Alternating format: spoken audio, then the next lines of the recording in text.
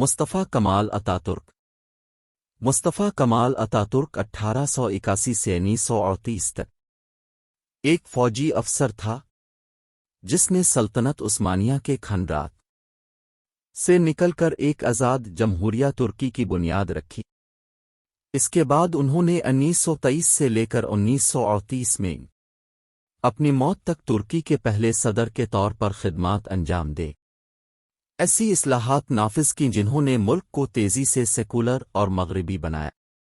ان کی قیادت میں عوامی زندگی میں اسلام کا کردار بہت زیادہ سکڑ گیا، یورپی طرز کے ضابطے وجود میں آئے، سلطان کا عہدہ ختم کر دیا گیا اور نئی زبان اور لباس کے تقاضوں کو لازمی قرار دیا گیا۔ لیکن اگرچہ ملک برائے نام جمہوری تھا، اتاترک نے بعض اوقات آمرانہ ہاتھ سے مخالفت کو دبایا۔ ابتدائی سال مصطفیٰ، جو نومری میں مصطفیٰ کمال اور پھر زندگی کے آخر میں مصطفیٰ کمال اتاترک بنے، 1881 کے آس پاس سالونیکا، اب تھی سالونیکی، یونان شہر میں پیدا ہوئے، جو اس وقت سلطنت عثمانیہ کا حصہ تھا۔ ان کا خاندان متوسط ترک بولنے والا اور مسلمان تھا۔ ایک اچھے طالب علم، مصطفیٰ کمال نے فوجی اسکولوں کی ایک سیریز میں تعلیم حاصل کی، جن میں استنبول میں وار کالج بھی شامل ہے۔ اس کے بعد وہ سالونیکا میں واپس پوسٹ حاصل کرنے سے پہلے چند سال شام اور فلسطین میں تعینات رہا۔ 1911 اور 1912 میں سخت پینے والے مصطفیٰ کمال نے لیبیا میں اطالویوں کے خلاف جنگ کی۔ پہلی جنگ عظیم کے دوران سلطنت عثمانیہ نے جرمنی اور آسٹریا ہنگری کے ساتھ اتحاد کیا۔ اس وقت تک عمر رسیدہ سلطنت یورپ اور افریقہ میں اپنا تقریباً تمام علاقہ کھو چکی تھی۔ مزید برآں 1908 کے نام نہاد نوجوان ترک انقلاب نے سلطان سے مطلق العنان اختیارات چھین لیے اور پارلیمانی حکومت کے دور کا آغاز کیا۔ 1915 میں مصطفیٰ کمال نے تقریباً ایک سال تک جاری رہنے والی گیلی پولی جزیرہ نما مہم کے دوران خود کو ممتاز کیا، جس میں اس نے برطانوی اور فرانسیسی فوج کی ایک بڑی فوج کو استنبول پر قبضہ کرنے سے روکنے میں مدد کی۔ اسے جلد ہی کرنل سے بریگیڈیئر جنرل کے عہدے پر ترقی دے کر مشرقی ترکی، شام اور فلسطین میں لڑنے کے لیے بھیج دیا گیا۔ ایک اندازے کے مطابق 1.5 ملین آرمینیائی ہلاک ہوئے اور دیگر کو جنگ اور اس کے نتیجے میں نکال دیا گیا، لیکن مصطفیٰ کمال کو نسل کشی کے ارتکاب سے منسلک نہیں کیا گیا۔ اتاترک نے اقتدار سنبھال لیا۔ اگست 1920 میں جنگ کے بعد ہونے والے ایک تزیری امن معاہدے کے تحت اتحادی طاقتوں نے تمام عرب صوبوں کو سلطنت عثمانیہ سے چھین لیا، ایک آزاد آرمینیا اور ایک خود مختار کردستان فراہم کیا۔ یونانیوں کو سمرنا، اب ازمیر کے آس پاس کے علاقے کا انچارج بنا دیا اور معاشی طور پر زور دیا۔ جو چھوٹا سا ملک رہ گیا اس پر کنٹرول۔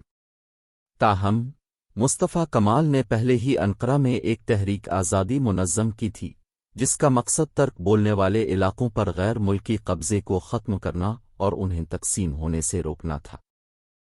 استنبول میں سلطان کی حکومت نے مصطفیٰ کمال کو غیر حاضری میں موت کی سزا سنائی، لیکن یہ انہیں فوجی اور عوامی حمایت حاصل کرنے سے روکنے میں ناکام رہی۔ سوویت روس سے پیسے اور ہتھیاروں کی مدد سے اس کی فوجوں نے مشرق میں ارمیائیوں کو کچل دیا اور فرانسیسی اور اطالویوں کو جنوب سے پیچھے ہٹنے پر مجبور کیا۔ اس کے بعد اس نے یونانیوں کی طرف اپنی توجہ مبذول کرائی، جنہوں نے انقرہ کے 50 میل کے اندر اپنے مارچ کے دوران ترک آبادی پر تباہی مچا دی تھی۔ اگست اور ستمبر 1921 میں مصطفیٰ کمال فوج کے سربراہ کے ساتھ ترکوں نے سکاریے کی جنگ میں یونانی پیش قدمی روک دی۔ اگلے اگست میں انہوں نے ایک جارحانہ کارروائی شروع کی جس نے یونانی خطوط کو توڑ دیا اور انہیں بحیرہ روم کے سمیرنا تک واپسی کے راستے میں مکمل طور پر واپس بھیج دیا۔ سمیرنا میں جلد ہی ایک آگ بھڑک اٹھی جس نے ترک فوجیوں کو لوٹ مار کے ساتھ ساتھ ہزاروں یونانی اور آرمینیائی باشندوں کی جان لے لی۔ تقریباً 2 لاکھ اضافی یونانی اور آرمینیائی باشندوں کو قریبی اتحادی جنگی جہازوں پر انخلا پر مجبور کیا گیا، کبھی واپس نہ جانا۔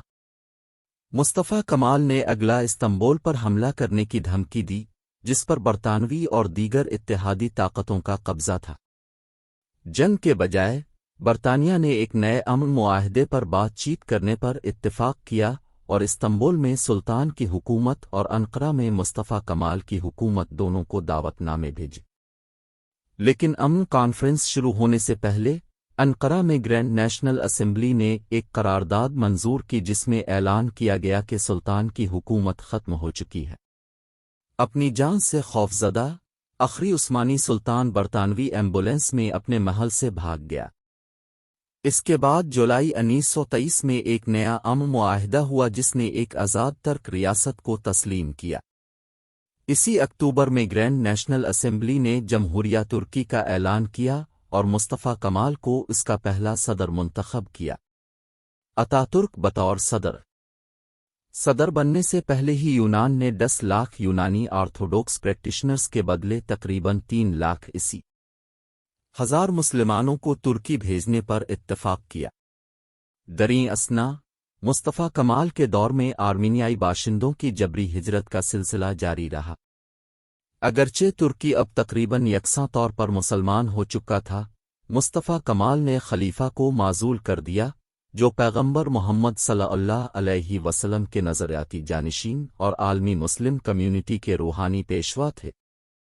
اس نے تمام مذہبی عدالتوں اور اسکولوں کو بھی بند کر دیا، پبلک سیکٹر کے ملازمین کے سر پر اسکارف پہننے پر پابندی عائد کر دی، کینن لا اور پاک فاؤنڈیشن کی وزارت کو ختم کر دیا، شراب پر پابندی ختم کر دی، اسلامی کیلنڈر کی جگہ گریگورین کیلنڈر کو اپنایا، اتوار کو دن بنایا، جمعہ کے بجائے آرام کے لیے ترک حروف تہجی کو عربی حروف سے رومن حروف میں تبدیل کر دیا، نماز کی اذان عربی کے بجائے ترکی میں ہونے کا حکم دیا اور یہاں تک کہ فیس ٹوپیاں پہننے سے منع کر دیا۔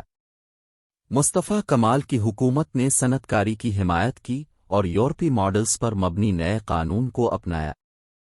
اکتوبر 1926 میں انہوں نے ایک سامعین کو بتایا کہ مہذب دنیا ہم سے بہت آگے ہے۔ 8 سال بعد اس نے تمام ترکوں سے ایک کنیت کا انتخاب کرنے کا مطالبہ کیا اور ترکی کی گرینڈ نیشنل اسمبلی نے کمال کو اتاترک، جس کا مطلب ہے باپ ترک، کنیت دی۔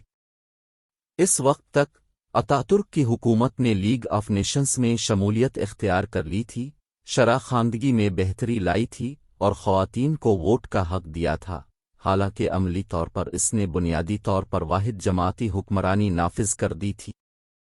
اس نے اپوزیشن کے اخبارات کو بھی بند کر دیا، بائیں بازو کے کارکنوں کی تنظیموں کو دبایا اور کردوں کی خود مختاری کی کسی بھی کوشش کو ناکام بنا دیا۔